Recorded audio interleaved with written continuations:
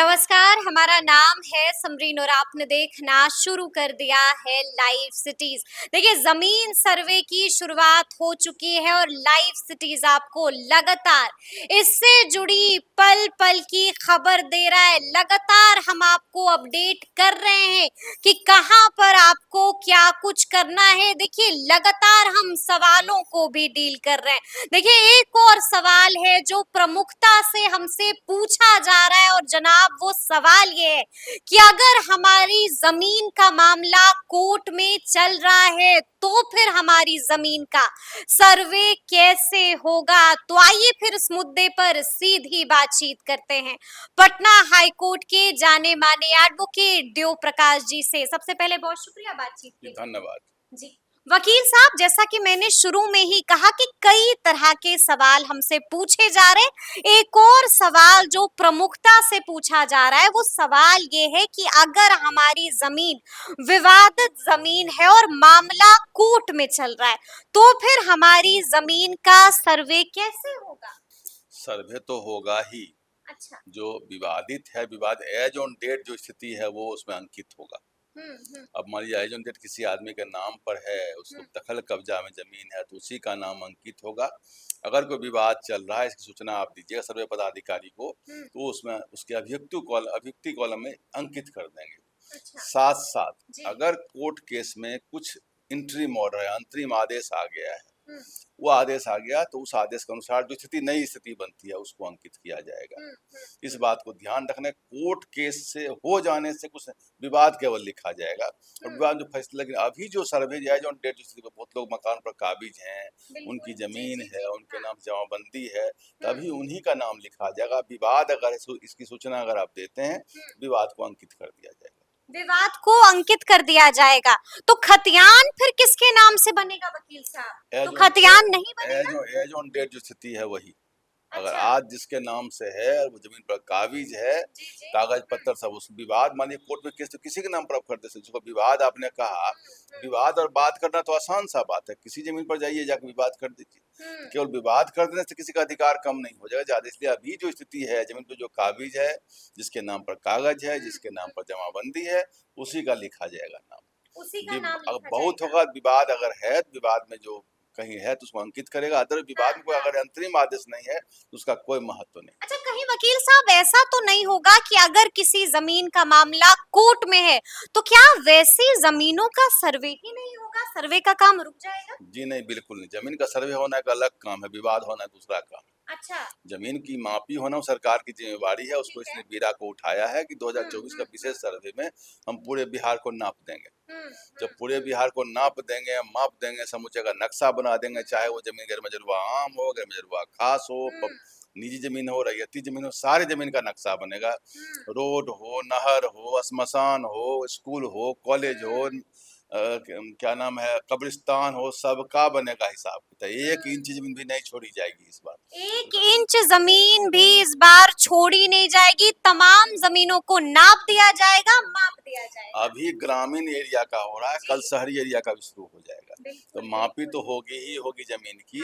और जमीन की जब मापी होगी तो किसी में विवाद उस कारण मापी नहीं रुकेगी, उसकी मापी तो हो जाएगी।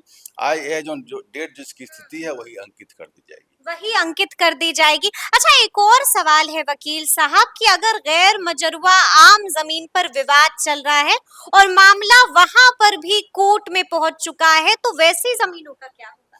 गैर मजरूआ आम जमीन पर अगर आप काबिज हैं, हाँ, तो मामला कोर्ट में भी है। मजरूआ आम जमीन का बहुत सारे का बंदोबस्ती सरकार ने भी किया है। सरकार ने किया है। उस जमीन पर किसी को जैसे मैंने कहा शहीदों को दिया गया था। गैर मजरूआ आम जमीन ऐसे भी लोग हैं जिसको सरकार ने सुयोग्य श्रेणी के जो लोग हैं, भूमिहीन लोग हैं, या और किसी कारण से शेड्यूल कास्ट शेड्यूल ट्राइब, कुछ भी कारण से सरकार ने खुद बंदोबस्ती किया। बंदोबस्ती पदाधिकारी एसडीओ साहब हुआ करते थे, अनुमंडलाधिकारी। उन्होंने अगर बंदोबस्ती की है तो वो एकदम वैलिड है। वो उस पर रहेंगे, उनके नाम से जमाबंदी बनेगी, उनके नाम से खतियान में नाम चढ़ेगा। इसके अलावे अगर कोई आदमी गैर मजरूआ आम पर काबिज हैं तो गैर मजरूह आम पर काबिज हैं और आज़ादी से पहले से काबिज हैं। उनका घर मकान पैतृक बना हुआ है बिल्कुल बिल्कुल। किसी अधिकार के तहत, तो अपना अधिकार का जो कानून के हिसाब जो कागज पत्तर है, क्लेम है, कुछ वैसा बना के देंगे। ना भी है, अगर बहुत दिनों से काबिज हैं तो मामला कोर्ट में जाएगा, उनको निकाला नहीं जाएगा। उनको निकाला नहीं जाएगा, तो क्या फिर ये जमीन उनकी हो जाएगी? उनके जमीन का भित्ति कॉलम अतिक्रमणकारी लिखा जाएगा, अच्छा, लेकिन अतिक्रमणकारी लिखा जाएगा। लेकिन उसमें प्रोसीडिंग चलेगा। प्रोसीडिंग में किसी का भी जो पोजीशन है, हम्म, चाहे वो ट्रेस पासर ही क्यों न, ट्रेस पासर कहते हैं अतिक्रमणकारी बिल्कुल को, बिल्कुल जी। उसको भी अपने जमीन से मकान से आप निकाल नहीं सकते हैं। कुछ अच्छा। एक पदाधिकारी जो नया किताब पढ़ के आते हैं, उनको समझ नहीं होता, वो इस ढंग का एक्शन हम्म, करते हैं, फिर कोर्ट से जाकर डांट सुनते हैं। वो एकदम हम्म, गलत बात है। कोई आदमी कहीं काबिज है तो आप ड्यू प्रोसेस ऑफ लॉ जिसको कहते हैं, कानून की जो स्थिति है, कोर्ट में जाएं, कोर्ट से आदेश लेके ही कुछ कर सकते हैं। अपने मन से कोई एग्जीक्यूटिव ऑर्डर से कुछ नहीं कर सकते आप। लेकिन लेकिन एक बात तो ये भी है वकील साहब कि अतिक्रमणकारियों को बख्शा भी नहीं जाएगा। अतिक्रमणकारी लिखा है, अतिक्रमणकारी आप लिख रहे हैं, अतिक्रमणकारी जी। होंगे वो तब ना। हो अच्छा। सकता है वो सही में काबिज लोग हैं, सही माने अधिकारी लोग हैं, आप जी। इनको अतिक्रमणकारी लिख रहे हो तो अतिक्रमण ना हो। इन बातों को तो कोर्ट देखेगी ना। कोर्ट का देखने का तरीका बहुत ही सम्यक तरीका है, ड्यू प्रोसेस ऑफ लॉ तरीके से देखी। कोर्ट ना एक्स का है ना वाई का, ना किसी के फेवर में जाती है। जी जी। तो कोर्ट फेवर में जाएगी तो कोर्ट का 3-4 स्टेज है, जहाँ पर उसका कहीं से अगर किसी आदमी ने कर दिया तो फिर वो ऐसा नहीं कि वही सब कुछ अंतिम फैसला हो जाएगा, फिर उसके बाद उसका संशोधन भी हो जाता है। तो ऐसी बात भी नहीं है, कोर्ट में कहीं न कहीं बात छन के पकड़ा ही जाती है। बात छन के पकड़ा ही जाती है। अच्छा, आपने ये भी यहाँ पर जिक्र किया था गैर मजरूवा आम जमीनों का और जिक्र बता हो रहा दिया था कि जी। सरकार में और व्यक्ति में जी। जब भी विवाद होता है हाँ, तो हाँ। कोर्ट, चूंकि सरकार मजबूत चीज है, स्टेट बिल्कुल, पावरफुल बिल्कुल, होता है, जी, जी, जी। व्यक्ति कमजोर होता है, हम्म, तो न्यायालय का धर्म प्राय बना रहता है, उनका ड्यूटी बना रहता है कि हम पब्लिक के फेवर में जाएं, पब्लिक को बचावें। अन्य अन्य अगर पब्लिक ने एकदम अन्याय अत्याचार नहीं कर रखा हो, तो अगर पब्लिक कहीं से 100 साल से काबिज हैं, रह रहे हैं, उनके रह पूर्वज रहे ही हैं, रह रहे हैं, मकान भी बना लिया, दुकान भी तो बना ऐसी लिया। हालत में कोर्ट 4-5 आंख से देखेगी इन चीजों को, अच्छा। ऐसे नहीं निकलने देगी। यानी कि कोर्ट जो है वो न्याय करेगी, बिल्कुल कोर्ट न्याय न्याय करेगी, बिल्कुल न्याय करेगी। करेगी, सम्यक न्याय करेगी जी। अच्छा, एक और सवाल है वकील साहब, गैर मजरूवा आम जमीनों से जुड़ा हुआ सवाल है कि अगर गैर मजरूवा आम जमीन किसी ने किसी को बेच दी हो, 50-60 साल से वो रह रहे हैं और किसी को बेच दी है जमीन, तो वैसी स्थिति में फिर क्या होगा?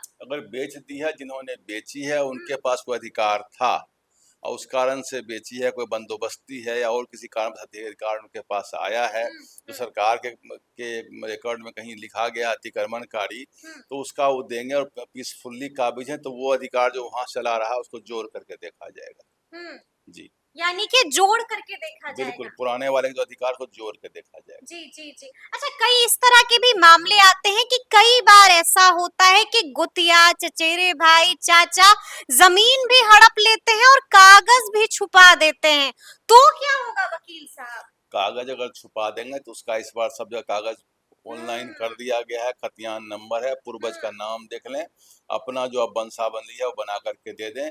कागज छुपाने से जमीन नहीं छुपेगी। कागज छुपाने से जमीन जी नहीं नहीं, बिल्कुल नहीं। छुपेगी। अब डिजिटल जब हो जाएगा तो किसी के छिपाने उपाने से कुछ नहीं होने वाला।